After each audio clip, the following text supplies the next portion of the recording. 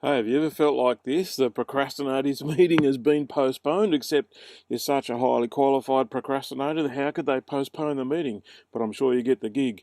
So, we're here to take action.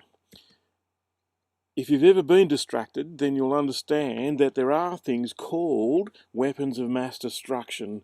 So, Twitter and Facebook and all of those sort of things, YouTube, etc., all just designed to really pull you away from what's really important. In fact, I reckon it's great if we say distraction is just another meaningless message to keep you from paying attention to all of the issues that really matter in your life.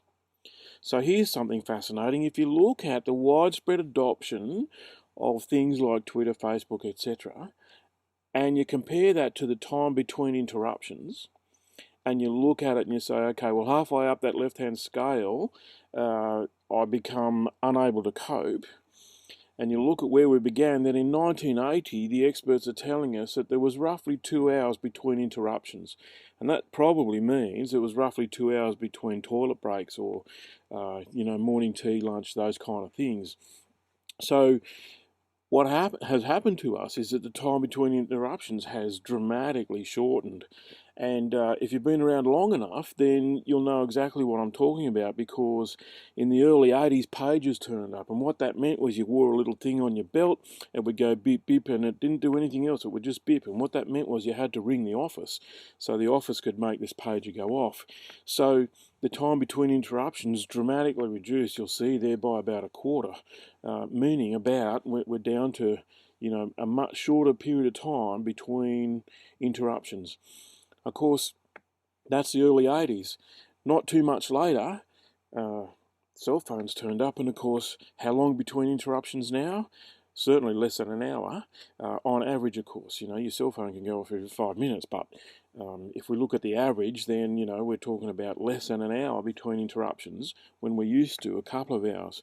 Of course, cell phones are not the only thing that happened.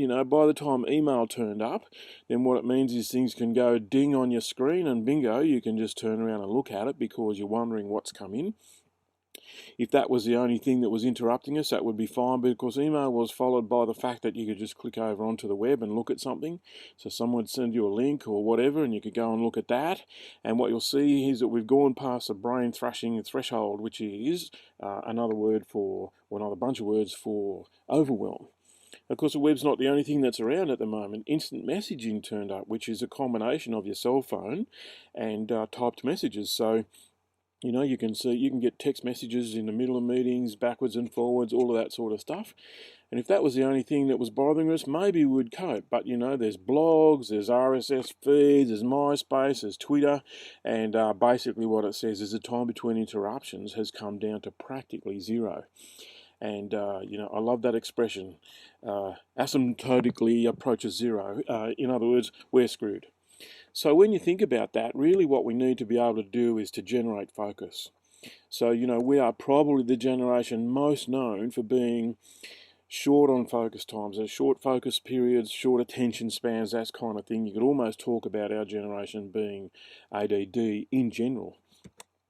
So if you look at the two most commonly asked questions in our workshops, then the first one is, why can't I get myself to do the things that I want to do, that I know that would be good for me, and I've previously seen myself get good results by doing this? That, my friends, is the most commonly asked question that I get. It's unfortunate, but it's true, that the second most commonly asked question is another version of the same one, which is, why can't I stop myself doing the things I want to stop doing, that I know that it would be good for me to stop doing, and I've previously seen myself get great results when I stop doing those things?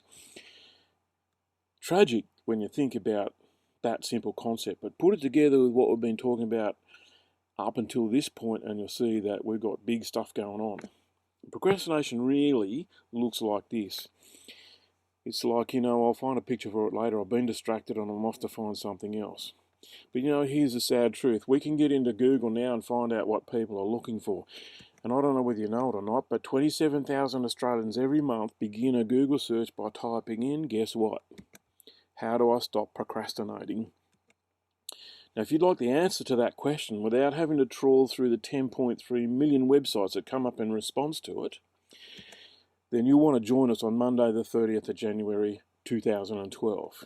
For the first and definitely the only time ever, Jules Tarrant and myself, Paul Blackburn, are getting together to teach the art of high performance. We're going to do that, both of us standing at the front of the room the whole time, 100% of the time that we're together, interrupting each other constantly because our styles are so different, but so practical that you're going to get a better result when both of us teach this. This workshop is in fact a result of the book that we wrote together, Monkey See, Monkey Don't, and there'll be many people coming along who bought the pre-release package, which included this workshop. What I'm saying to you is, whether you bought that package or not, this workshop is something really that you ought to be at. What we're going to do is teach the 5 secret strategies to end procrastination. Now, we know that only 3 of those strategies will work for you. We just don't know which of the 3 will work for you as an individual.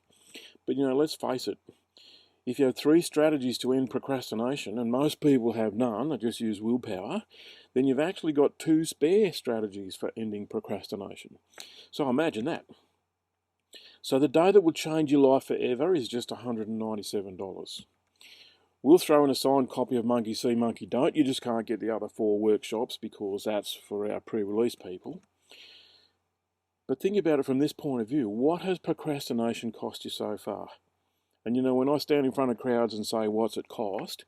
Most people estimate that it's in the millions, definitely the hundreds of thousands. So I've put millions there without the comma on the million, because maybe you haven't, it hasn't cost you millions, but it's definitely cost you hundreds of thousands.